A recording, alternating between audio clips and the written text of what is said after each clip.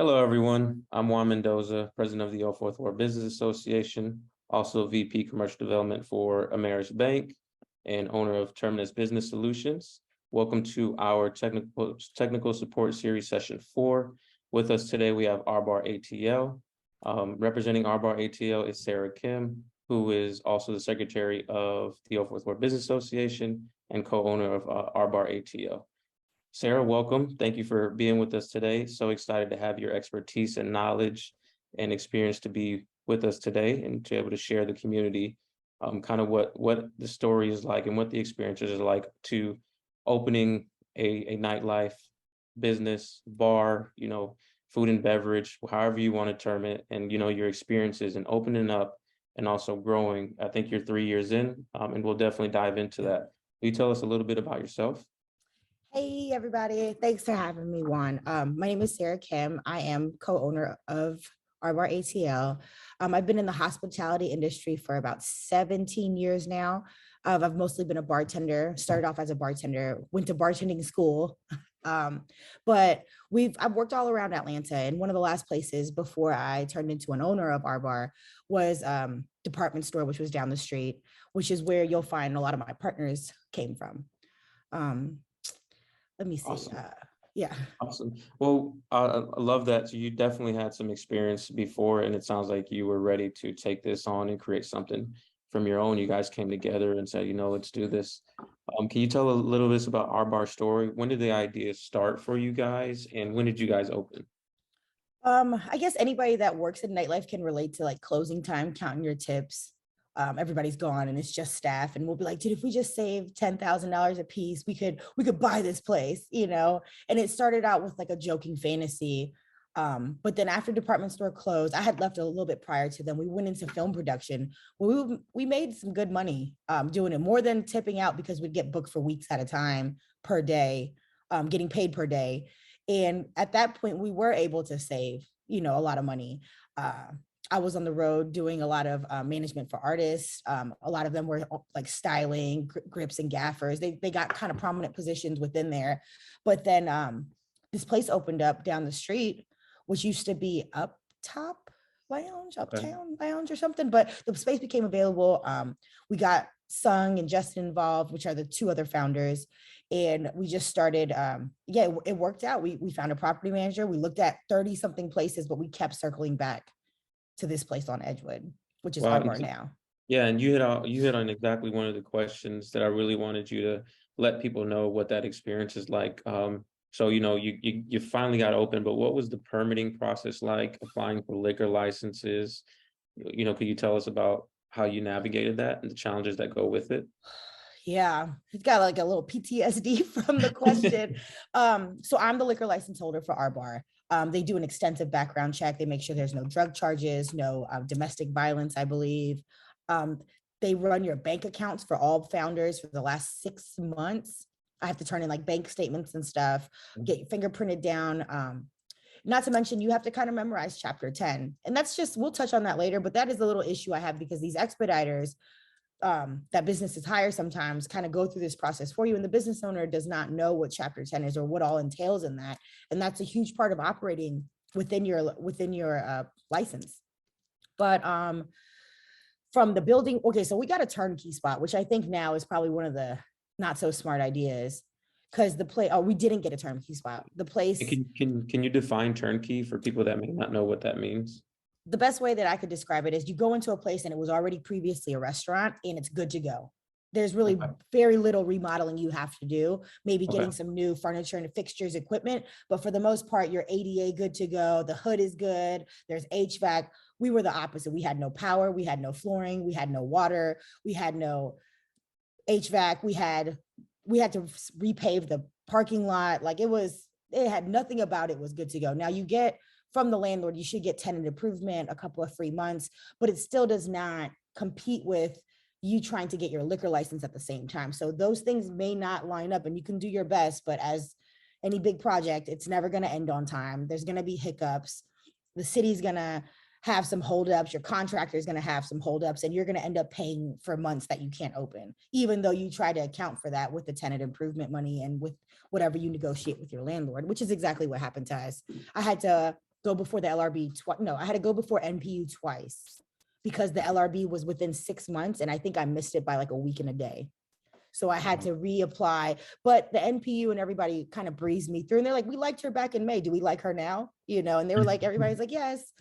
But, it still is like a nerve wracking experience. Had I had just gotten a place that was just operating a couple months ago and just moved or relocated, I would have had a working bar. I would have had a working kitchen. I would have had power and water. And then also the inspections would pass a lot easier because the city would see, hey, this place was previously a barbecue spot, and we just came for inspection last week or last month or last year even. Whereas now it's like totally new plans, totally new build out. They got to come and make sure wheelchairs are accessible. They got to come and make sure that we don't need a sprinkler system for capacity. It's a whole new thing. And I didn't know what I was really up against, but we did do it.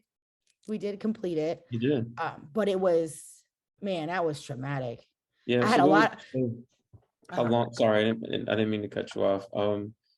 What would you say was the total time frame for you, from getting your lease and then, the permitting process to opening your doors? Okay, so inception 2018 October was when I had my first staff meeting, like we're doing this. Okay. I found the space in April 2019 is when I signed the lease. And we opened doors March 2020, March 1st. Wow. So we still moved pretty quickly. Now that I think about it, it didn't seem like it though. And then mind you, we're doing a lot of the demo ourselves, at least the stuff that we could legally get away with. So we had to rent a jackhammer. We had to, if we knew what was getting out, like we would kind of sneak in overnight and rip some of the stuff down ourselves with hard hats to kind of beat the contractor to it. And it was at that point, 13 of us kind of just, and along with friends and regulars that just kind of knew what we were doing. If that meant repainting some stuff or repaving or clearing a lot of the stuff out, because there was so much junk in that place. Oh my God. Okay. But yeah, I've it seen was a the lot. videos. You have a Yeah, it cool was. video on Instagram that kind of highlights you guys working on there and, putting on the construction gear and getting to it. It Yeah. sounds like your experience in opening this up, and we know that, having consultants and partners going through this process, they could make, the expediters can not necessarily do right by you or not maybe understand the way that kind of things roll. And that was a big reason why I opened up Terminus Business Solutions, is understanding being involved with the association and NPU, understanding what the actual experience is really like for entrepreneurs and hearing your guys' story. So on that, so at that point, you're just incepting. Did you guys think about getting someone to help you do this, or you guys like, we're gonna take this on by ourselves down to the construction? We would have loved to. We just couldn't afford it. I think these expediters want like 10, 15K is what we were quoted. And we were like, oh no, dude, I ain't got it, Yeah. And I'm kind of glad we didn't, because I don't think I would be as hands-on or as invested in some of these like laws that are changing, especially during COVID, the open container. Like you just kind of keep up on stuff because you're familiar with what it's like to go to City Hall 20 times in a month. Yes. You know what floor building is on and zoning and the solicitor's office. Like you can kind of work your way through there, and all of those play a really key part in running and operating your business from a safety standpoint, a legal standpoint, permits, licensing checks, all that stuff. So I'm glad that I was as hands-on, because that packet I turned in for my liquor license was like 100-something pages. It was like so fat. It's thick. Getting the recommendations. I think Emma, our previous executive chair for Old Fourth Ward BA, that's when I fell in love with y'all. I was so stressed out, and she saw it. She was like, I have to help this girl. She's freaking out. But I attended every meeting. I tried to show up as much as I could and ask as many questions. And that effort did not betray me ever. Gotcha. So I think it's hard as a business owner to be like, still go to this free meeting where you just network and meet your neighbors once a month. And then at that point, Fourth and Sand was meeting in person. We're like, no, we're going to split up and somebody's going to every single thing, because they're going to know exactly who we are and where we're going to open and when we're going to open. And they're going to all support us and love us, Yeah. Yeah. And I'm glad you're touching on being involved in the community. I definitely want to save some time for that down the road, because I think it's important for a business to be successful in the community and make processes, when you have support, it becomes a little easier, if you will. It's about relationships. NPU's relationships, City Hall, is relationships. So it's important to be involved in that capacity.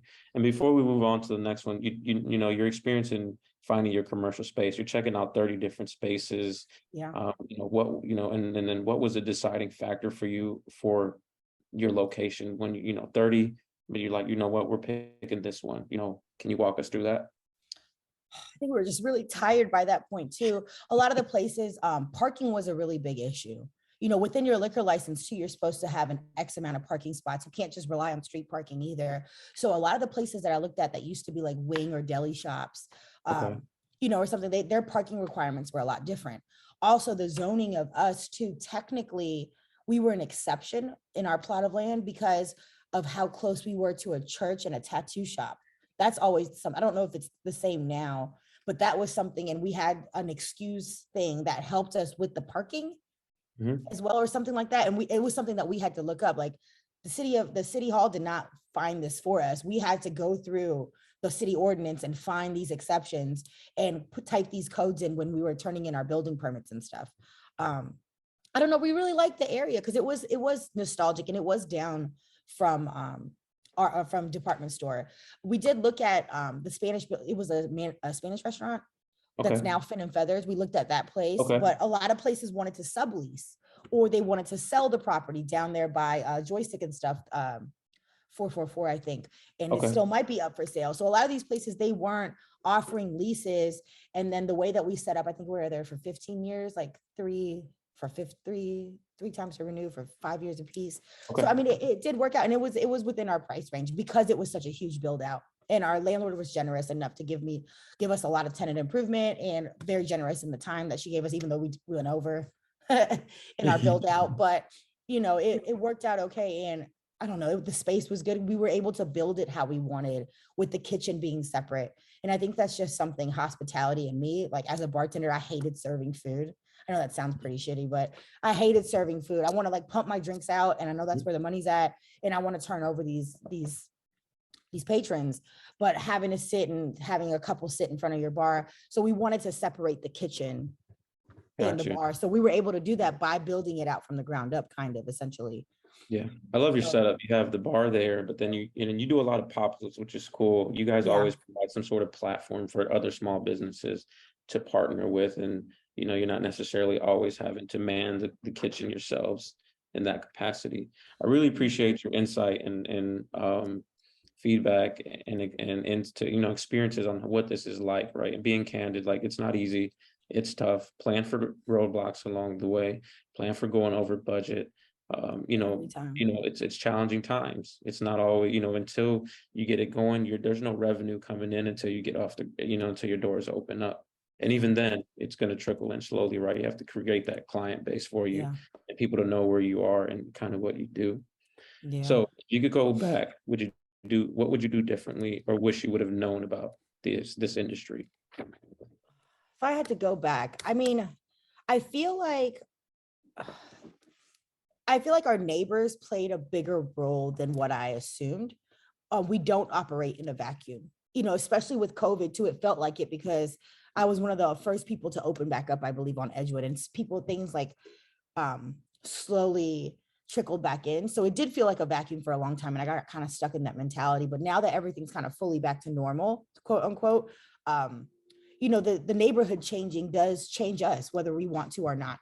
You got to think, we have this dive bar, come as you are experience that we're kind of gunning for. That's a part of our brand. And, when we found the lease, we had Sound Table, we had Mother, we had Music Room. I mean, there were so many other places, just Corner Tavern was still there, that were exactly like that complimented us, and we were looking forward to that. But now, just 2-3 years later, it's like none of those places exist, and they're totally different concepts, where they serve bottles, hookahs, table sections, and it doesn't really complement us. So, people that are looking for that type of experience have many options. But when you're dressed and you have your mind set up that that's what you want, bottles, sparklers, experience, brunch, high heels, Mhm. I'm dressed up, dress code, would you trickle into our bar? As Right. opposed to if I'm in the mood for like DJ vibe, something eclectic, I'm casual, or I'm trendy and I'm a hipster, I could frequent, X, Y, and Z, all these different places. But now it's kind of just us and like Joystick, So Yeah. it does change. So the neighbors, and it's something that we couldn't foresee. Like there's no way we could have signed the lease and known that these other businesses that complement us were going to close, but it is something that affects us.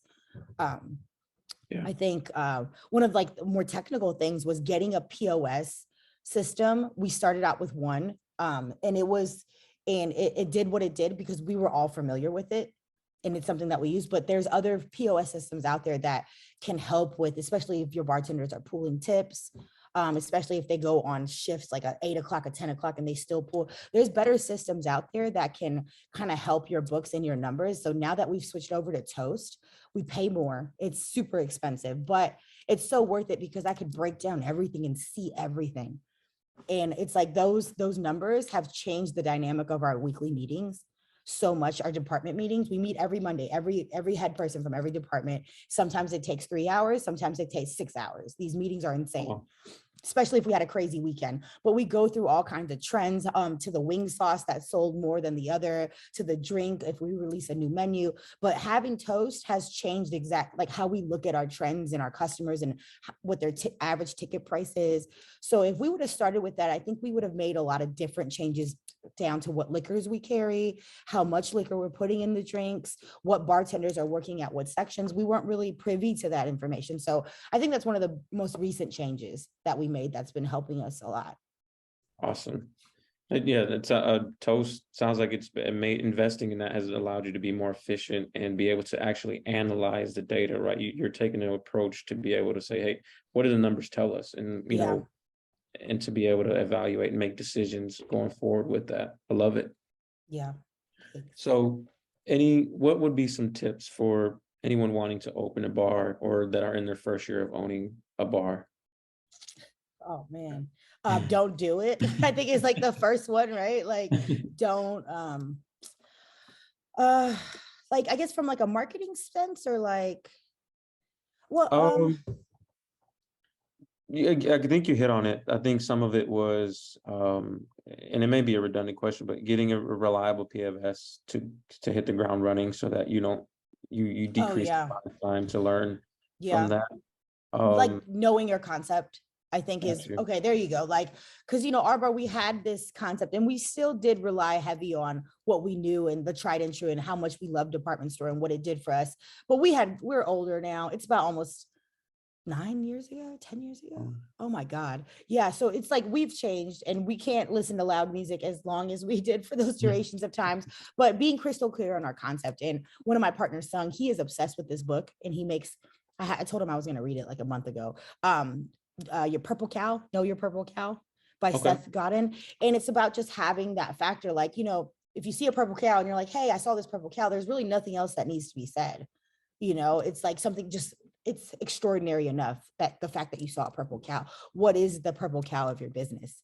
Okay. If somebody's explaining our bar, it's like, what do they have to say for you to sell them on it? And it's like the elevator pitch of Yeah, marketing kind of. exactly. Yeah. But I should read the book, but he's always forcing that on us. And it is true. And it makes you think about some of the stuff that we do, that kind of make us stand out against some of our competitors.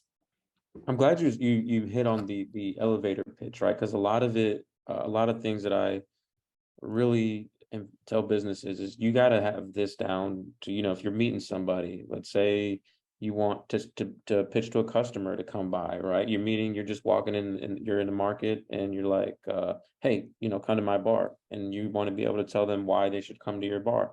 Or Mm, maybe you're seeking a partner, maybe you're seeking investors, maybe you're seeking financing. Fine tuning that what your concept is really crucial. And when they see that confidence in it, you know what you are, people will yeah. buy into that. Yep. And then just kind of touching on that too, people don't buy what you do, they buy why you do it as well. So I think I watched the TED Talks on that and it kind of it flipped a couple of things in me where it's like, we do a lot of these, for instance, it could be any community event. A lot of our customers have children, but obviously on a Friday, Saturday night, you don't want to bring your kids there. You can't. But to do things to counteract with that, because they do have whole separate lives outside of us. These parents are still getting wasted with us and then got to go and get their kids into bed and wake them up and take them to school in the morning. Like, why not play into that and give them a back to school experience? Why not do a kids cookout event or a field day where kids are welcome? Like, why not blend those worlds when we know that it's a way more important part of their lives than what they do in the little time they spend here to get away from family life or work. But every once in a while, if we could do something to compliment them, welcome them, and then have their kids come to one of their favorite bars, get to know us, give them free slushies, do pizza party or a dance contest for the kids. I think that why, it carries a lot further than just like, oh, our bar did something for the kids, but it's like, if we know it's to give the parents a break, the same Mhm. break they search for when they come on a Friday, Saturday night and listen to loud music, let's drive that point home. So if you're trying to release a marketing strategy, or if you're doing a summer sale or something, if you could kind of look back at that and think, people don't buy what I'm doing. Yes, it's 50% off for this, salmon, but if the why can be driven home, some of the proceeds are going to this, or, we're helping out a vendor that is overstocked on this, so we're buying it in bulk. Like if you could drive that point home even a little bit further, people will attach themselves to it and appreciate it, and kind of they'll support it. It'll be easier for them to support it. I love that. I mean, you're committing to your client base, you're committing to your community, and Yeah. that's creating support for them to come by and support you in a way, right? Obviously, they're enjoying the experience, but they're also like, you know what, I'm gonna go to our bar. They really care about us, and I want to go do business with them, Right. and and give them, spend my money and time at their location. Love it. I always see, Easter egg hunts, Yeah. field drives. You're really good at providing experiences for your team as well, whether it's team outings at, Dad's Garage, field days. I think Yeah. you guys are really, really creative in how to combine all that together Thank to, you. to have even our bar successful. It's a lot of fun. One of the things you guys have as a business is a great following on Instagram, right? You guys got 29,000 followers, which is a dream for a lot of small businesses. How did you guys get that? How did you guys make that happen? So at first we started the page before we had any business. I would just post memes. I would steal memes from other restaurant friendly places, Tumblr, just anything kind of quirky, a little rude, sassy restaurant memes. And I would just fill my page with those. And then I would eventually go to a lot of the other bars that were our competitors and just follow who was following them. Like, okay, these people are clearly in Atlanta. If they're following this bar that's right down the street, let me follow them. And sometimes I would look through the comments and like jump in the conversation. But then in the meantime, too, it's like without us having a dollar in revenue, we paid for a videographer because of our build out and our story. I love replaying some of that stuff too. Sometimes it's cringy, but sometimes it's cool to just have like a diary entry. Mhm. I feel like a lot of businesses just try to find somebody that's a little savvy with it. Find that person and pay them. Like pay them because it's a full commitment to document a lot of this stuff. So even if it's somebody that's just doing TikToks for you, just announcing your drink specials for the week, bar personalities, or whatever quirky content, you should pay that person full price and let them take it seriously, because it's not just something that the bar owners should be doing like here and there. It's like it's a full-time job, but paying for Mhm. some of these reels, having a schedule. One of the best things that I pay for is the Canva Pro service, because you can play around on video, but a lot of the flyers, a lot of the reels, a lot of Zoom backgrounds, whatever it is that you need for as a business owner, I've been able to do with Canva, including Got you. flyers and announcements. And I pay what, like $12.99 or something a month. It's super Okay. cheap. It's not expensive at all. And if you can pay for MailChimp's more expensive. I'm pretty sure. If you can pay for Mail, you could pay for Canva. And a lot of people do it on their phones, try to do it from a laptop. It is a different experience. But photo and video, just paying for them. A lot of these kids that do a lot of these services, if you get them on retainer, they will drop the price significantly, is what I've learned Got you. too. So if I'm like, hey, I need 5 videos this month, you could either charge me $300 a video or cut me a break at $150 and I'll pay you the full like 75% up front now. They'll Got usually do it, especially if they're local and they could just like hop on a train and get to your spot. And then once they get there, I'll give them a couple of drinks, I'll buy them dinner, some wings or something. So it usually does make it. If I make myself an easy client to work with, they won't really say no, but you will have to pay full price the first couple of times. But once they have that system with you, oh, I know she wants her deliverables like this, 4-day turnaround. I have all the logos. There's not that much back and forth. It'll be like clockwork. But I think having that content was a huge part in getting some of those followers and sponsoring those posts. If I paid $300 for this video, I'm going to sponsor it and I'm going to put another $100 behind it. And I'm going to figure out, all my competing bars and things that they like. And I'm going to add those tags to it and try to get as much juice for my Yeah, squeeze. yeah, for sure. I mean, that's awesome. And advice for posting. Do you post once a day, twice a day, three times a day? Stories, how do you navigate that The, decision for yourself?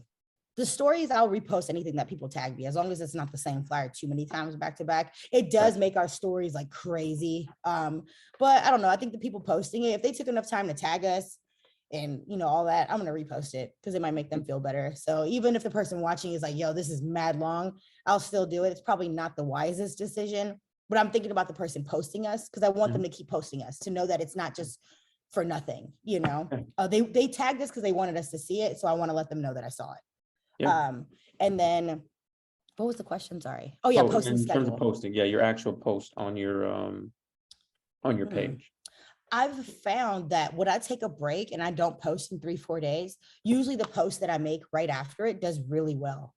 So I Hmm. don't know if that's an Instagram algorithm thing, but it's like I'll do posts like once a day, and then I might get busy, I'll forget, or I just don't have anything. So I might take a break for 3, 4 days. Like over the weekend, I try not to post as much because it doesn't do as good for me. I don't know about anybody else, but Friday, Saturday, Sunday, they're like not on their phones, maybe. At Yeah. least my demographic is not, it makes sense because I'm not really on my phone on the weekends. I don't know. But on Monday, Tuesday, Wednesday, though, I'll like maybe I'll post something Thursday and then I'll come back on Monday. That Monday post will do better than expected for the most part. So I don't know why. And then Well, if it's already caught some wind, I'll sponsor it got you. and Well, I'll that's promote good the post. feedback. That's good Yeah. feedback for people, thinking about, starting that Instagram account or have it right now and want Yeah. to build it out. But congrats on your success with 29K. I know it's been a long, Thanks. a Oh my long God. time to get it going, and you started from there. And I echo your sentiments about a videographer. We just started the membership Yeah. highlights for the association. And I know you try to help us do it yourself, and realizing that it was taking 6 hours for one video to edit It it. just doesn't look good either. Like if it looked awesome, I'd be like, oh yeah, but it's like we still had Yeah. so much to change on it. So I was like, Yeah, and so but we took the same route, right? And I think for us, it will be, we'll roll that out here in the next couple of days. And I think that's going to be I think I love another it. way to utilize what's successful these days. And you have to be visible on IG, you have to be creative, you have to have this content that people want to be a part of that will eventually attract them to, digging in deeper about the organization or digging in deeper about your bar and seeing, what that The is. why, we're showing Mhm. them the why, like, Yeah. they can see like, okay, I know what a business association is, I can figure that out, but why are these people joining and continuing to Mhm. pay and continuing to show up to these meetings? Like that's the part, because it's like any chance I get to tell somebody about the business association, my homegirl, she's, shout out Debbie Snacks, she's a tattoo artist, I'm telling her like join that association. Like they have so many resources, and the way that Emma and you are helping me still, it's like there's no dollar amount you could put on that. It's like show up to the meeting, sure. Yeah, what else? Because that was a very nice surprise that no one tells you about when you're starting a business, is the Mhm. resources you have right in your own neighborhood Yeah. with other like-minded individuals that Yeah. are struggling and going through the same exact thing. It's not like they're in Kansas somewhere and they opened up a business 6 years ago. Like they're in it right now in the trenches with you. And it's Yeah. like, where else can you get that type of advice and pick those people's brains? Yeah, they're down the street from you, right? They're next door. Exactly. They're a couple Yep. blocks down. I can borrow ice from them when my ice maker. How many times have I bothered Ryan about towels? My towel guy didn't come. You need towels, dude. That's like a thing Mhm. that no one thinks about, how many rags you go through on a weekend. But it's like being able to just go and like borrow that cup of sugar. Right, right. So And awesome. yeah, I'm glad. Thanks for you. That's something we advocate for. And if you're watching this, whether you're in the Old Fourth Ward, reach out to your local Yeah. business association. Your neighbor, be a part of your neighborhood associations. Reach out to those resources that are there for you. Yeah. Okay, so you guys are, I believe, hit your third 3-year anniversary Yeah. early this year, early in spring. What are your guys' goals for the next 2 to 3 years? I don't know. Continue to stay afloat. But I mean, grow the community, right? First and foremost, it's like now, like we've built a foundation. Like for instance, I said something about field day and you're like, oh, is it that time of year again? Like that lights me up. The fact that people know, like Thanksgiving, we're going to do hug the block. We're going to do back to school. We're going to do a field day, like kind of embedding those Sundays karaoke. Like we're starting to kind of nestle into our spot, but it's like, I'm realizing that it's still never ending, like building that foundation. Yeah, you think you build the foundation the first couple of years. It's like, we're open, we built it. Like, nah, dude, we still got to build more foundations or on top of the foundation. I don't know what we're doing exactly, but it's still a lot of building and a lot of like driving that point home. And I guess too, like the big thing that's kind of like keeping me up at night right now is these freaking vending machines I bought from from Denmark. I still haven't released them. I mean, it's like the fact that you're saying like it's about to be 4 years. I still haven't done any type of press release announcement, not even a single flyer. I've put like egg rolls and stuff in it, but these hot vending machines, I swear I'm like bleeding edge. Like you have cutting edge, but then you're so early that you're bleeding edge. And I think I'm just kind of waiting for somebody else to have something like that and catch some wind, and I can like kind of ride that coattail. But I don't know, I'm gonna have to do something about it this year. I think that's a top priority, marketing priority for me, is releasing some type of infomercial, how to use or contest chefs, what can you put in this vending machine? I don't know, but I need to do something because they're sitting there and they are cool. Like something about an ode to street food in Atlanta. Like, I know we're supposed to be like, a nightlife district of Atlanta, nightlife street, but there's, you have illegal food vendors, which we don't want, but there's really no legal food vendors or anywhere that serves food late. Everywhere closes an hour early. The kitchen always is at 2:00 and they close at 3, or 1:30 is the last kitchen order. So it's like you don't really get that like LA vibe where you're like walking out and you got like this corn dog and you can get pretzels and like a chicken on a stick or something. So that this was kind of my idea for that. Like as people are drunk or a little tipsy leaving, they could just go tap their card and grab an egg roll or something on a stick or an empanada, and then they'll just have hot food to consume like on their way out the door. But we don't really get that in Atlanta. So I wanted to do that, but I'm like, I still am very confused on how I want to do it and when I I'm want to sure do it. you'll figure it out. But Thanks, man. when I went to Japan, they had that same concept, right? You can literally walk the street, hit a button, I get food, right? Hot food too. Good hot Exactly, food. hot food. So I think it's something that is successful. It's more so I think you're right. We don't, we don't have, but maybe you can be a trailblazer. But I I think hope it's so. I'm gonna figure it out. That's the big priority for me this year. More marketing. Yep. Definitely. I'm excited to see those come to life and be successful that way. Thanks. So I do want to jump into, we talked a little bit about building the Instagram following, but how do you build your brand that's relevant, trustworthy, and tune in with its village, or we can call it, the target market? I feel like you have to kind of learn and observe your neighborhood. Like, okay, so even now, like the distribution of wealth is so drastic from my side of the street to even closer to the belt line. I don't want to use the word gentrification, but the distribution of wealth, like it's a totally different. So I kind of have to tune into what I'm dealing with on my side of the street. And marketing wise, like target market wise, like I think a lot of people will know when you're not authentic. I think they can pick out when you're not being genuine or when you're trying to force something that's not what you're already dealing with, and then what's not your brand and what you promised overall in an experience. I think community events, people have mixed feelings about them. Some people don't like our Hug the Block event. They think it encourages more homeless people to come to Edgewood. Some people love the event. They're like, somebody needs to do something instead of just complaining. So, but either way, we have to align back to what it is that we want and what our message is and what we have to do and kind of stick by that. And I think either people are gonna hate us for it, but they weren't gonna like the idea anyways because they just don't like the idea, or people are just gonna, again, driving the why you do it as opposed to what you're doing. Did that answer the question? Yeah, it makes sense. And I think when we talked offline a little bit, you talked about figuring out the community's pain points, right? And being a person that's going to help find solutions for that. And I'll give you some examples that I see. A big problem in the 04th ward, especially the Edgewood corridor, is the unsheltered population, right? But you guys have initiatives, whether it's providing resources or like the other day we were talking about how hot it was.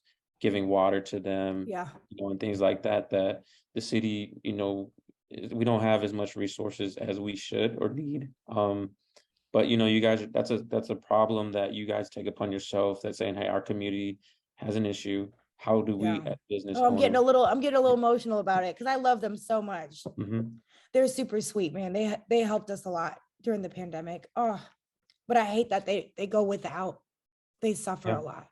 they do. They It do. bu- But it bums me out, man. And I wish I could do more for them. Or I wish more people would, but mhm. it's really hard. Sorry. Yeah. I No, totally killed the I vibe. appreciate you're showing how much you care, and Uh I see that every day when I work with you. But yeah. just people are kind of seeing that actual visual of you, how much you care about them, and another pain point is a segue into the safe tent, right? We Oh kind of yeah. you, Stacy and I got together and said, hey, our community is suffering. There's a Yeah. huge challenge and issue. What can we do to help provide a little bit of progress for the community in that capacity? So, you walk the talk, and I think that gains a lot of support around not just the Old Fourth Ward, but around the city, right? I Oh, know a lot thank of you. people love what you guys, whether it's Butter ATO, whoever it is, but they love, what you guys, your community approach to being a business owner. You're not just there to make revenue, you're also there to give back to the community that you're surrounded by. Oh man. Yeah, I'm excited. And to have even on the safe tent thing, like how that came about is really, I mean, it just shows you like for even if our bar or even Stacy wanted to do something like that ourselves, it would have taken so long, but to have Mhm. backing from the whole Old Fourth Ward BA, like these conversations, we could just get into these rooms and have these conversations and pitch what we're doing. It's such a luxury. It's so nice. And it's really it's definitely a privilege to be able to be a part of an association that has so much pull when it comes to positive changes like this. It's a very empowering feeling. Yeah. And I Well, think a it's a lot of team business, effort. yeah, no, Team effort. I'm excited. I'm super Yeah. excited about it. Yeah. We're going live 7:20. So excited, just gonna Come it's get gonna some be water. challenging. It's a little scary, it's intimidating, but we have a great team, we have a great community. Um, and it's same thing like what we mentioned about being a part of community, being a part of your neighborhood associations. We went around the community and told Yeah, people what we would want to do. To tell them, we would love your support and the why behind this. And yeah, I haven't met one person that said any negative thing I about that. know. And we've It's actually had people say, crazy. can you do it here? Can you do it there? I know. And so, it'd be cool. No pressure, right? But hopefully we're Yeah. successful, and at least people are showing that, business owners came together and try to figure out something on their own. It's very grassroots approach. But that's what I love about the O Fourth Ward. And you talked about the diversity of the wealth being different. That's what I love about the O Fourth Ward too, right? It's how we all can live in the same community. And Yeah. it's going to be very, very interesting to see, as we continue to grow, as the larger developers come in with, concepts that are a little bit different than what historically the O Fourth Ward has been about. It's going to be beautiful seeing that mesh of communities and diversity. Just one block can be a difference. But Yeah. the goal would be, how do we all do business with each other and do community? And someone that typically wouldn't go to Arbor, how do we show them that, hey, it's not, whatever stereotype or stigma be behind this Yeah. side of Edgewood? How do we change that narrative about it? And this is a safe tent, hopefully will help Yeah. bridge that. And a lot of it's because you're being a part of a solution there. Okay. Really appreciate that. Sorry I made you cry. No, it's okay. Oh my God. So you do a lot of collaboration, right? You do your pop-ups. Oh yeah. Partner with artists. You have times where you have people come out and do video games at our bar, Yeah. different DJs. How do you choose those? And liquors as well. Like, how do you choose your collaborations? Mm. So like I guess the liquor sponsorships are a little bit different. Now that we have Toast too, I can see down to like the exact amount of how many of what we're selling when we're selling it. But okay, so I'll start with the liquor stuff because I know a lot of businesses are curious about it. They ask me how I get some of these sponsorships. So you have my liquor distributor, right, which is the people that deliver the liquor. They carry multiple types of liquor. Within that, each liquor brand or the popular ones are represented by a marketing company that also has a budget. So your distributor and your rep has like a monthly or quarterly budget where they can kind of like give you case deals or like give you samples, or they could even like, if I wanted to do a party or something, they can maybe do like a little 250 plus tip or just something twice a month, little or smaller stuff. But then certain brands, some of these bigger brands have marketing companies that have bigger budgets. Your distributor knows who that is. If I were you and you have a good relationship with the distributor, which is hard to do because a lot of times they do make you upset. A lot more often than not, out of 7 vendors or distributors, maybe 1 or 2 I know on a first name basis and I adore, would throw them a birthday party, at our bar. So those 2 are the ones that have gotten me some of these larger spends through the marketing company of the brands that they carry. So build those relationships, and they will squeeze and find, and like, because out of all the accounts they have, if you guys have a connection, they'll be like, yo, our bar's doing this thing this weekend. Like, can we do anything? Like, it's a kids event. So they're already giving away free food and stuff. Like, if we could just do the after party and give them a case of Crown, or something, like they'll come to bat for you with your why in mind and kind of regurgitate what it is that you're doing and get some of these larger sponsorships. If they say no, or if they want it to be something bigger, like our anniversary party where they know it's going to be hundreds of people and we're going to do just open bar Jameson, then they'll go to the marketing rep for Jameson. And sometimes that rep will get it directly from Jameson too. So it's really like a text message away for that. And they make it seem like it's not. So as a business owner, liquor license holder, keep good relationships with them. A lot of the times they are overwhelmed. And during COVID too, a lot of the liquor went missed, like because of the people not driving the trucks or whatever, like a lot of the stuff was hard to keep in stock. So, sometimes we got really impatient with them, or sometimes they were doing the best they can. They had to deliver stuff themselves, but being able to kind of have that personal relationship with them has never did us dirty, I guess, but those brands, if you kind of come to them with the thing like, hey, I have this event, I'm expecting this many people, I'd like to give them a 3-drink menu, it's going to be kind of crafty, it's going to be served in this type of cups, I need you to bring t-shirts, swag, glassware, gift bags, whatever, something to take photos, like big Jameson bottle props or whatever you have in the warehouse. Just ask them. Sometimes they'll let you maybe go to the warehouse and pick out stuff for yourself. I want it to be interactive, I want games. They have everything. And sometimes they'll buy you something. If I'm like, hey, I'm trying to do this fall menu, I want dehydrated fruits, I got a dehydrator. Like he wanted, but that every Altos drink had a dehydrated piece of fruit in it, and you have to uphold your end. And on top of that, I have to give him the content. So that's the thing. Like, not only can you make these promises and have these people in here for this one-off event, 300 people, 400 people for the anniversary party, that's one thing, but I need the proof. So he could send it back to the person that he begged from, which is his boss, which is also the marketing rep, which is also the Jameson person, which is also the corporate person. That video and that photo set needs to circulate around, and it better look fun. It better look, and it better look like the type of people that they want to market to that they don't already, which could be urban. Some of these, whiter brands want urban people holding their drinks and their stuff and they're wearing their shirts. I got to show them that. And then multicultural marketing. That's what they want. They have an urban budget. They have a budget just for urban dollars. It's crazy. I didn't know that. So towards the end of the quarter too, you can hit them up, and that's like a sweet spot, because they'll be like, damn, I spent all my other stuff at Turner Field or at the baseball game, some of these pubs, but I didn't really get that many urban spots. So I'm like, what do you have left? I'll throw you a party just for you. Give me some free money. And then they'll do it. That's good insight. That's a hack. Yeah, don't tell everybody I told you, because they might not give me any more money, but that's how I've been working it. But the content is key, and it better be good content. And it goes back to us paying for not just an intern or somebody to take some videos. Like, hire that videographer, because they're going to be spending way more than what you're paying, Yeah. All right. So I really appreciate that. I want to segue into your core concept, right, of our bar. Okay.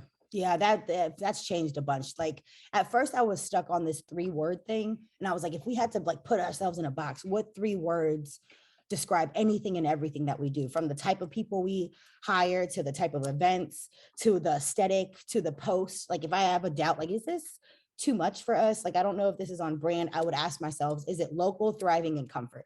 Those were my three pillars, I guess. Which kind of, it got us further, but then it kind of went into like more of a core concept, which is now our bar, our friends, which is kind of what it is. We hire our friends, we work with our friends, we promote our friends. Our every chef, even if we've never met them, that doesn't pop up, ends up somehow being our friend. We do these events. So that local thriving comfort, you know, it started off as that and it turned into our bar, our friends, and it took 2.5 years. But you know, local, we want local talent, we want local spirits and liquor and beer. We want local promoters, local chefs. I want to source local food. I mean, whatever we can do to stay local, we want to. Thriving Love- is more the nightlife part. Like we want to, you know, we want to do these kids events. We want to see them thrive. We want to kind of, without it being like super education-y or preachy, we want to still have this thriving, I guess, thriving push behind everything. And then comfort prices, comfort clothing, comfort dress code, come as you are. People can come in with their kids and just like, oh, I'm coming to get some food to go, or they can just come in after being hungover from New Year's and come get Pedialyte, you know, free Pedialyte after a Bloody Mary bar, you know, just the why, again, going back to that. So having those three things, when I think of captions that I want to post, you know, with my photos, is it some part of it? Is it local? Is it thriving? Is it comfortable? You know, but then now our bar, our friends is kind of more of the core concept. Love And it. it took a while. But you know, once, like you said, you navigated it and now you're figuring out, and you know, typically for a business, it takes them about 3 to 5 years to really figure it out, right? Yeah. And you guys are now hitting that stage of, you know, of that point of your business lifespan, and it's cool. It's going to be awesome to see you guys continue to grow and figure that out. So, you know, we're talking about local, part of be a community. You know, why are regulars so important? So like our regulars, like they show up when no one else does. And it kind of, that's where you kind of go back to, if you're doing any type of test pilots. If I'm we just made a honey pepper wing sauce that people are like, it's kind of controversial. I love it, it's spicy. But you know, our regulars are the first people that we want to taste, like let taste that. We do a lot of these tastings with some of those budgets with the larger spirit brands, and I always reward them with it, because they're the type of people that when their family's in town, you know, like, of course, the family wants to do the Magic City, big, you know, Atlanta sections and stuff, but somehow they make it through on Sunday nights and they bring their mom, their sister, their stepdad, you know, they're like, this is my spot. It's not like, this is Atlanta, here's Magic City. Like, yes, this is what the hype is about. Right. But then also, mom, before you leave, you know, right before you catch your flight the night before, we have to go by our bar. And then Right. they're like, hey, this is my mom, you know, like that means a lot, you know. And those are the people that word of mouth, like world of mouth, because now they can post about you. They'll always recognize the little new, like the little things that I try to do, and they're like, our bar's always doing this. Like they recognize and they notice, as opposed to somebody that comes here from Miami on a weekend traveling, just wants to like turn up, oh, the vibes were cool. But a lot of that attributes to the thing that I hear people say most is, you know, it seems like everybody knows everybody. And that's our regulars, because they're always there and they're always around the bar. So even a person sitting at the bar that doesn't know anyone can see that interaction between bartenders and other customers and security and DJ to be like, damn, everybody does kind of, this feels like home. I'm coming back. And they'll see them and they'll be the first person to be like, who's that guy? Oh, I think he's new. Like, let me go over buy him, put a drink on my tab. And they kind of sped that camaraderie. Without regulars, I don't think our staff alone could influence as heavy as we do. It's the regulars that kind of sell it for them to be like, yeah, this really is a Cheers, you know, because of the regulars. Did that answer the question? Yeah, definitely. And I got two more for you. I guess Okay. so, you know, one thing we were talking about is the mainstream with the customers always right in this industry. Yeah, we have a thing. We always say the customer is always wrong, because it's the fact that they're most often wrong. I don't know. I think it just adds to the stereotype that bartending and serving is like a subpar job. But I like to think that they're like Renaissance people, multi-potentialites. Back in the day, it was a great thing to be well versed at many skills. I think bartenders are therapists. I mean, you see that all the time in some of these things, but it does take a very special person to remember exactly what you drink, how your kids are doing, and to really genuinely care, because they do. It is a family type of environment. And that's why it's so difficult sometimes for people. You get sucked in. And it's like, you don't really have time to do anything else. Like, you're definitely at work more than you are at home. Um, I feel like the staff always comes first for us at our bar. Yeah, the right to refusal, like, I don't mess around with that. Our security don't mess around with that. If somebody doesn't feel right, or they want to exercise their right to refuse a customer because maybe he called her a bitch or whatever, or he's just rude. Sometimes you get people that throw the tip at you, like, you're out, dude. Like, go home, because that already, or we stop it at the door. You get a customer that kind of has this like ego thing going on, snatches his ID back from the customer. Like, nah, you know what? Because if you're doing that right here, you're gonna give my bartender shit. You're gonna be rude waiting in line for the bathroom. Like, you could just come back another day. So like, even having like protecting our staff, where some bar owners that I've worked for in the past that have never bartended will be like, well, just, oh, he's mad about it. He's like, just accommodate him. And like, it just makes you feel even worse about, and it's like, that doesn't, I know you've never bartended, because you don't know what that feels like. So it's like, if you're going to come in here and treat me anything less than respectful, you can go home. And I think that needs to carry on a little bit more. Like, back of house is a different story. I don't know if you've been watching The Bear, but that I don't have as much experience in. But as far as front of house and stuff goes, like, the customer is most of the time wrong. And we have no problem telling them that. Yeah, but I mean, at this It's, point, if your staff or your team is coming to you, yeah. you know that there's a reason, there's Yeah. a valid reason behind that, because Yeah. And I hope, like, we haven't had any instances where they've abused it, but, and I hope we don't, because then it would just kind of change things. But, or you have to reevaluate like how we, determine some of the stuff. But for right now, they know it's a serious thing. And it's like, we're not going to go for that, because people do get really intoxicated and they get blackout and they don't know what they're doing. And it's like, nah, it's just not healthy. But yeah, yeah. it's a hot mess. All right, and last one for you. How do you adapt and evolve as the village changed over time, or the community changed over time? I know we hinted about a little bit, but Mm, how have you guys? Is the Old Fourth Ward is changing so much, yeah. in many good ways, and there's some that are challenging ways.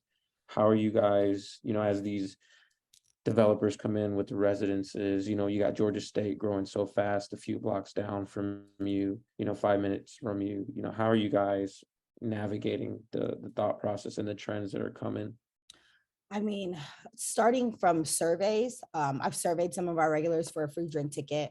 Um, we've done like the rewards program too, to kind of see what people are more driving towards, like what they're spending their points and stuff on. And like, now that we have Toast, I'm such a big Toast advocate right now. I love it. Now that when people type in their phone number, you can kind of see exactly what they're ordering, if they're reordering the same thing, just what's tried and true. But then also what is like hiking up and when it's hiking up. Like, on the weekends, our Long Island sales will go up like crazy. And we know now, because security's um taking roll call on what states and stuff are coming in. So we know it's a big out of town community. They want the Long Islands, but when it's more local, they want Jameson and Tito's. Like, the social media waves and trends, you got to stay on top of that. So whoever you hire for video and stuff, just ask them what they want to do or what they would do. Because it's like, we know we want you to capture our cheesesteak pop up, but what's some trend that, like, what's along with that? Do me one other thing that's like more of a passion project. Like, what do you want? Oh, I've been wanting to do this. I found this sound the other day and I've been wanting to do a thing. We should do it with your bartenders, and let them kind of orchestrate it and take the lead on it, and just kind of trust them. Like, trusting the kids. That's really what it is. We're getting older. A lot of us are going sober. Mocktail bars are popping up everywhere in Oh, like yeah. New York and LA. So even having a mocktail, like, even when I'm not drinking, I'll go on my stunts 3-4 months, try to do a year if I can, but I'll go on my stunts and I'll try to figure out some type of limeade cranberry mix. I'll make a really mean iced coffee. Customers see that. Do you want that? Like, should I put that on a menu? Like, should we offer a mocktail list other than just Red Bull and water and like juice out of a soda gun? Just kind of leaning into what it is they're asking for. It has nothing to do with what we put in our business plan. Like, never when I opened it, I think I wanted a non-alcoholic drink list. Right. But I think that's where we're at now. A lot of people are more health conscious. Mhm. They want, like, I'm not saying we're going to turn into a juice bar, but I'm saying if we can, if there's some people there that we can cater to, why not? And if there are Yeah. regulars, the same, 80 people, 80% of the people that we care about, like, why not lean into that? So having to pivot, always pivoting, I guess that goes back to building that foundation. But yeah, families, children, just kind of leaning into the personal changes that people are going through and their preferences, because that's always changing. So adapting and then Yeah. still bringing it all back home to have that village mentality. Love it. You guys are always evolving, always pivoting. You're still here, Yeah. right? It's tough. It's a Yeah. tough industry, especially nightlife. It's tough. It's tough. It's tough. And you guys are still here. Love you guys. Oh Well, man, we tell appreciate them where they you. can find you. Tell them, what Sunday, we talked about Sunday. Tell them, kind of what your week looks like at our bar, where they can Okay. find you, what your social media tag is, all that fun stuff. So yep, all of our tags, threads now, I guess, is a new thing that I had to just download. Oh my God. At R bar Another- ATL. Yeah, another thing another password I gotta share. Yeah, it's R bar ATL. Sunday nights is karaoke. Most of our kid events are Sunday daytime, so look out for that. We'll try to do this once or twice a month. Kids get free pizza and slushies. They love it. Mondays are Philly cheesesteak pop-up. I have industry night with Ill Wink. He pairs an upcoming DJ with a OG veteran DJ, and they do like no request genres, whatever they want to do, open format, and it's awesome. They get to get really creative and spunky. Tuesdays is Taco Tuesday with DJ Black Boy. He brings in guests, but we have $15 margarita pitchers sponsored by Altos. And then Wow. Wednesday's game night. That's when you and me had a couple of drinks. A couple. A couple oversized Jenga. They play video games, Mortal Kombat. They'll do charades, Pictionary. There's like water pong, because you can't put beer in it, but you can put water and then drink your beer, I guess. Thursdays, I have a Brothers to Go pop-up, which is Caribbean food. Oh yeah, Wednesday's pop-up is Travell, sorry. Wanda's calling me. And then Thursdays is Brothers to Go. That's when I might have some live music, live entertainment, something not so showcasey like open mic, but some type of live music. Friday, Saturday is the weekend stuff.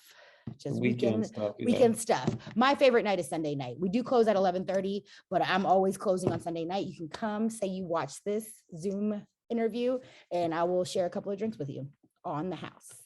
Excited. Please go by, guys. It's an awesome space. Great experience. We've had socials there. I've gone there. I brought my family in town. Yeah, you did. Yeah, you brought I forgot about that. You did. Yeah. So that was awesome. love you guys. Thank you guys for helping the Old Fourth Ward Business Association all the time as well. And plugging the association out a little bit. We have monthly socials. We do advocacy. We're starting the Old Fourth Ward Business Center for resources. Yeah. And I guess Sarah, if anybody's thinking about doing opening and joining the journey of a bar, do you mind if they reach out to you? No, definitely. Okay. My direct email is OURBARATL@gmail. I know it's like the first email we ever created, but that's my direct one.